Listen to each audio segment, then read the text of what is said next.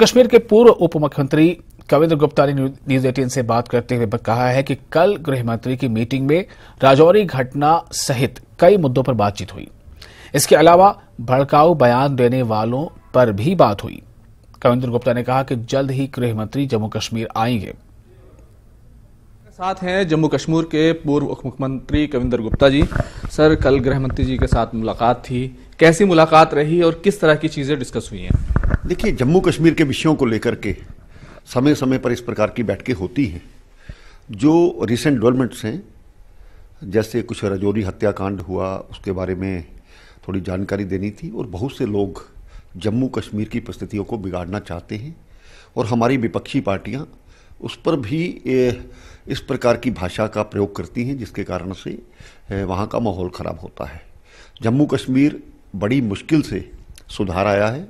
ये परिस्थितियाँ ना बिगड़ें, इसके लिए चिंतित होना स्वाभाविक बात है।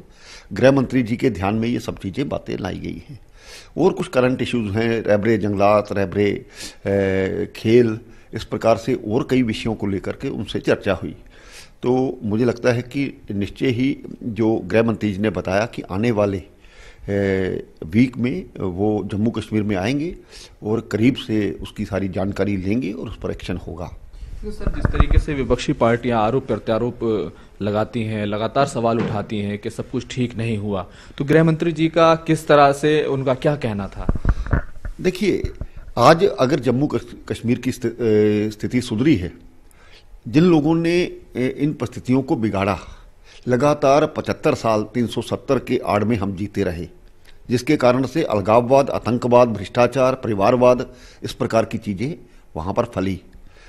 तो मुझे लगता है कि विपक्षी नहीं चाहते कि जम्मू कश्मीर में जो उनकी दुकानें बंद हुई हैं वो दोबारा से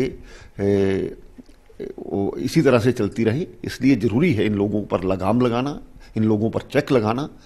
भाषा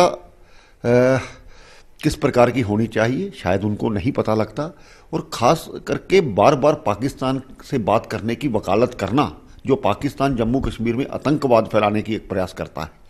तो मुझे लगता है चाहे वो नेशनल कॉन्फ्रेंस के नेता फारूक अब्दुल्ला हो, चाहे वो महबूबा मुफ्ती हो, इनकी इस प्रकार की जो मंशा है उसको कभी कामयाब नहीं होने दिया जाएगा। अभी महबूबा मुफ्ती का जिस तरीके से बयान आया, क्योंकि तमाम चीज़ें गृह मंत्री जी के सामने रखी गई थी, बयान आया कि मुस्लिम तो मारे ही जाते हैं, हिंदू मारे जाते हैं, तो उस पर राजनीति होती है और उसे एक पार्टी फ़ायदा उठाने की कोशिश करती है, या फिर राजौरी घटना हो, तो जो सुरक्षा की जो स्थितियां हैं, परिस्थितियां हैं, क्या उनको लेकर के भी सरकार की तरफ से चीज़ें हुई हैं, गृह मंत्री की तरफ से चीज़ें हुई? देखिए, अभी 18 कंपनियां सीआरपीएफ की, बीएसएफ की और दूसरे जो सुरक्षा बल हैं उनकी भेजी गई हैं राजौरी पुंछ, जहां पर पाकिस्तान आतंक के माध्यम से वहाँ पर माहौल ख़राब करना चाहता है।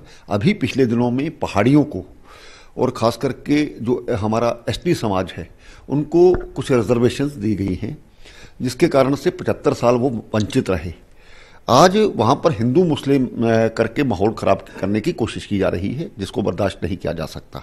आखिरी सवाल, कल कांग्रेस की तरफ से इस तरह का बयान आया कि दिल्ली में जिस तरह की मीटिंग हो रही है, कश्मीर को, जम्मू कश्मीर को इस तरह की मीटिंग की कोई ज़रूरत नहीं है। वकार रसूल वानी की तरफ से इस तरह का बयान दिया गया। देखिए, कांग्रेस एक ऐसी जमात है जिसका कोई अस्तित्व नहीं है। जम्मू कश्मीर में इनके सबसे बड़ा नेता जो गुलाम नबी आज़ाद हैं, इनको छोड़ करके चले गए हैं। और कुछ ऐसे नेता हैं जो अभी थाली का बैंगन बन करके, रोलिंग स्टोन बन करके कभी इधर जाते हैं, कभी इधर जाते हैं। कांग्रेस की स्थिति खराब है।